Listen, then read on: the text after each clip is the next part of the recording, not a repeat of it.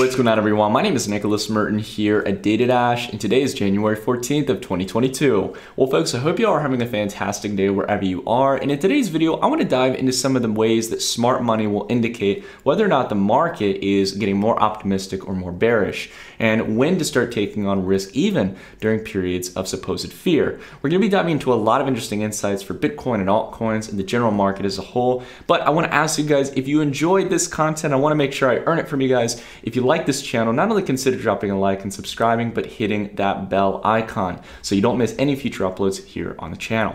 So without further ado, let's go ahead and dive straight into the conversation. Now, I want to start by first actually sharing something with you guys that we usually wouldn't share here on the channel, as it is an exclusive indicator or data science aggregator that we utilize in the Dash report, our newsletter that we put out. But I want to go ahead and dive into it today to let you guys know a little bit about it, and that is the Bitcoin Flow Index. It's a custom aggregate data science indicator that we utilize within the Dash report that we built through Glassnode, and it allows you to get a good visualization as to where Bitcoin's price is. Is it overheated? Is it, for example, dramatically oversold? Are we reaching towards the general bottom of the market? And vice versa as well. Is price overheated? Is it overextended? Are we getting close to a cycle top or an overbought period where we should consider taking profits? Well, this data science aggregator has a key score here, and don't let it get overwhelming here. On the left-hand side and the black line chart here, you can see this is the logarithmic scale price chart for Bitcoin with the following price levels on the side on the left-hand y-axis. Now on the right-hand y-axis here, we can see here the kind of golden brownish line here, which is actually showcasing the Bitcoin Flow Index.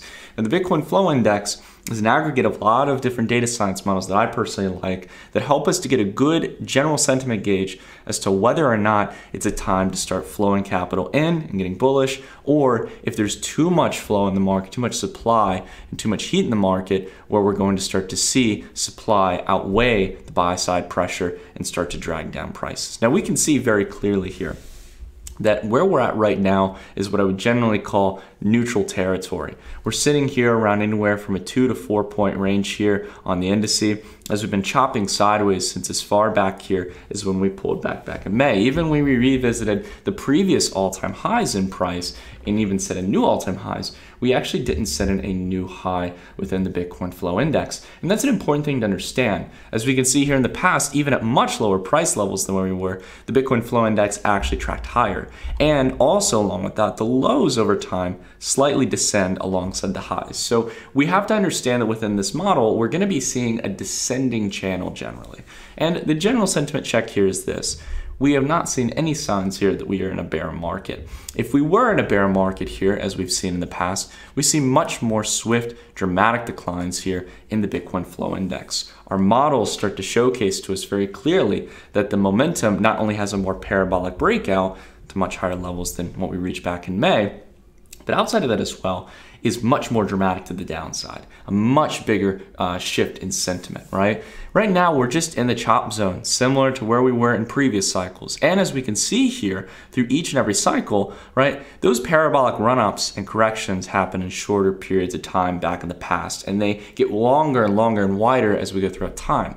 So again, I think we're still in the chop zone here. What we probably should expect in this cycle is a continuous base here around this range at 2 here, where buyers are starting to come in. You can see the consistencies here between these lows, and these end up being really good discount points before breakouts in price. But what we're going to see is an expansion of these highs here, getting back up to similar ranges we saw back in the past, but definitely probably not higher than what we saw back here, right? Each time we've set at a slightly lower level here on the Bitcoin Flow Index. So if you guys want to get access to this data science model in this case, we put it out in each report each month for the Dash report. You guys can check out the link down below in the description. It's a great way to support the channel. But I wanted to share that with you guys. Again, we try to do as much analysis here, not only in the Dash report, but also here on the channel to figure out the sentiment check. What is the market really doing? Let's stop it. Start ignoring Twitter and start ignoring the headlines. They don't know where the market's going. If anything, the data science models can give us some general grounds according to history as to where we stand. It's not foolproof, but it's definitely going to put ourselves in the right direction. Another model we talked about here again is the Altseason Index. We talked about it in the last video. You guys know that we've been seeing a rip higher here. 29% of the top 50 altcoins originally outpacing Bitcoin just back about a month ago, and now we're up to 63%.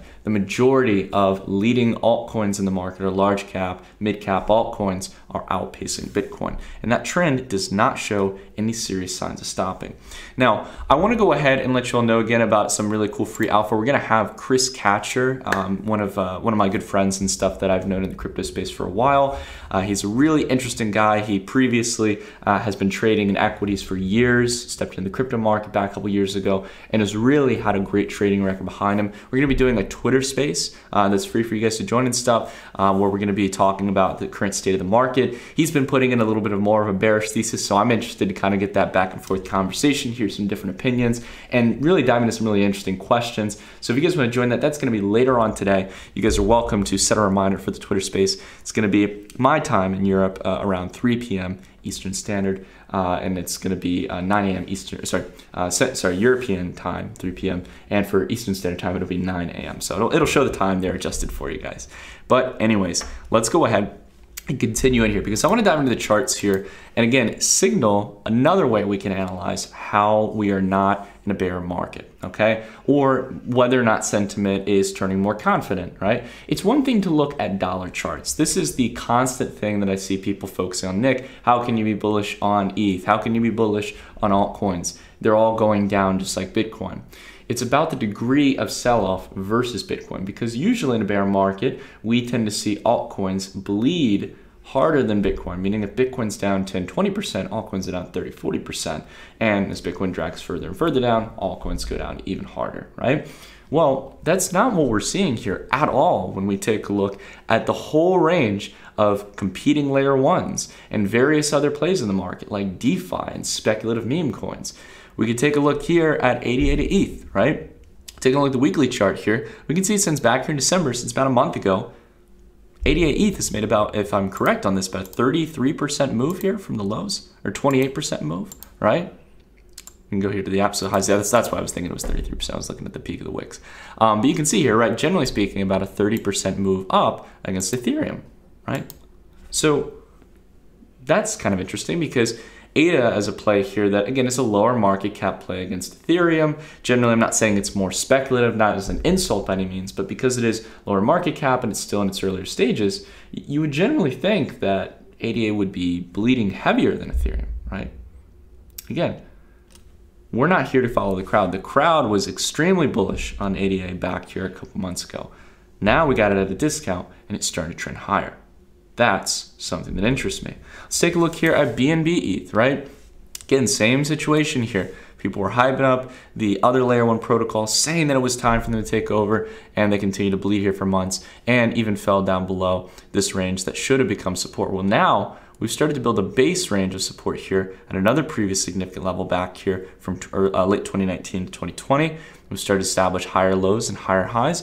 And if we get back above this line, we could really start to see a move higher. We're not seeing any major bleeding against Ethereum, as we should see, right? So again, we're not just comparing things in dollar terms, nor are we just going against Bitcoin in this case. We can even dive deeper to see whether or not it's outpacing Ethereum, the next best candidate to compare to, right? Because Ethereum has already made great multiples against Bitcoin throughout this cycle. Let's take a look at DeFi Pulse against ETH, right? Which DeFi had been really the leader here at the beginning of the altcoin cycle in 2021, but after going through a pretty crucial pullback here against the setting in new lows and lower highs, right? We finally broken out of the descending wedge here, right, for price, and now it looks like we might be able to build a base foundation here and start leaping up higher against Ethereum. Right, for DeFi tokens, the DeFi Pulse Index covers a lot of major tokens from Uni, Sushi, from Aave, all kinds of major protocols, Compound, you name it. Gives you good broad exposure to the space. And to see that kind of confidence coming into price, that's really interesting. Not really bear market activity. We should be expecting this to bleed further if we're in a bear market. Let's take a look at Avalanche here, right? Now Avalanche, to be honest, like Solana, and I'll talk about this as we go through it, they're really kind of at make or break moments here. They've had a lot of gains made this year. And whether or not they'll be able to keep up with ETH, that's an important question as we get ETH2 and a lot of these major network upgrades that'll hopefully fix some of the issues for Ethereum.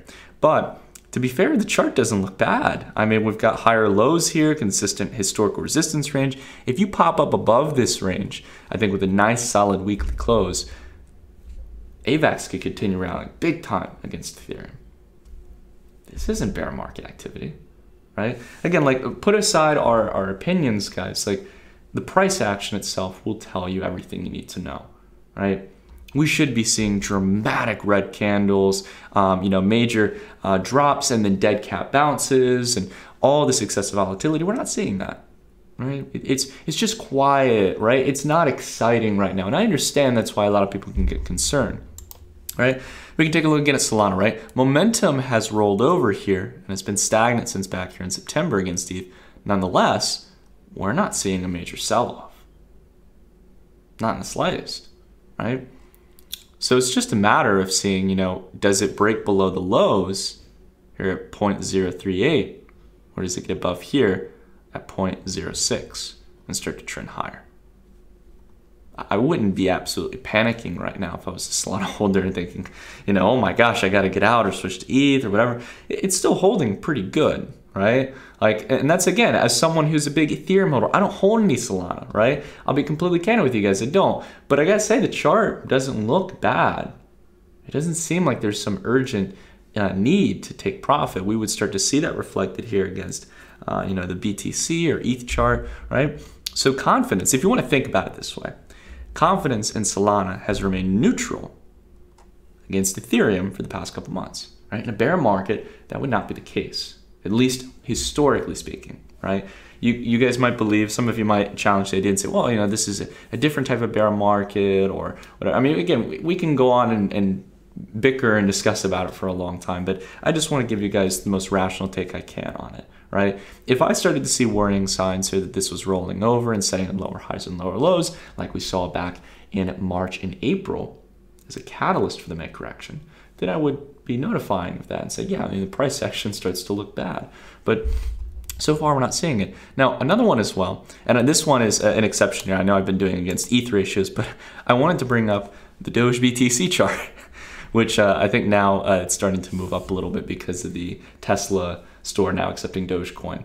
But put aside the news and stuff like that, right? When we take a look at the log scale, we look at the normal chart, it's starting to trend higher, up 24% in the past 3 days. Looks like it might be kicking off for the next cycle here, right? The next move, if we get enough volume, right? And that this holds, right? These next couple of days of trading hold. Again, not really bear market activity. We've already had on some of these plays some good discounts against Bitcoin, right? So what's my point in all of this as we dive into the conversation?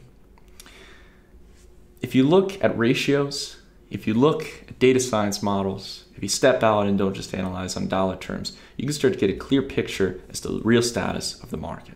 You can start to put aside your emotions, your opinions of things, and start to really see we should see these common telltale signs if we're in a bear market, right?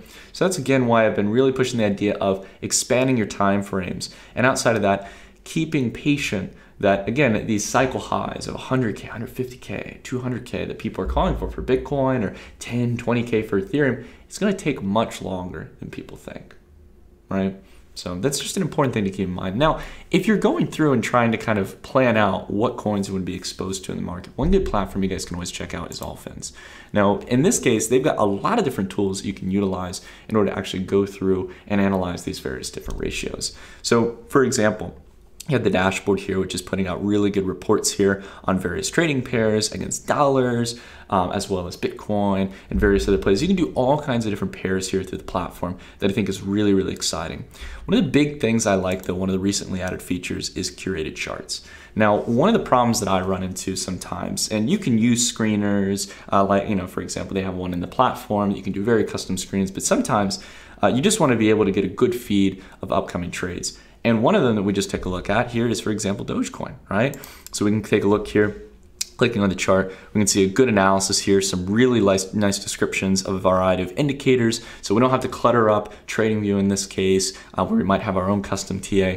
We can get some really good reports here that are starting to showcase here where resistance might be, where support might be, where indicators stand, and we can get the actual metrics here on the side here, the oscillator rating, the RSI 9-day, the RSI 14-day, the 25-day, stochastic RSI, right? All the kinds of metrics you might really care about in your trading strategy, like the MACD, as well as some previous price details and the smooth or standard moving average trends here, and the change right on the side here. There's all kinds of metrics you can get access to right here, as well as some other general descriptions here outside of the indicators, like news and events, a description of the play, right? So you can start to understand both fundamentally and technically what this opportunity really might be.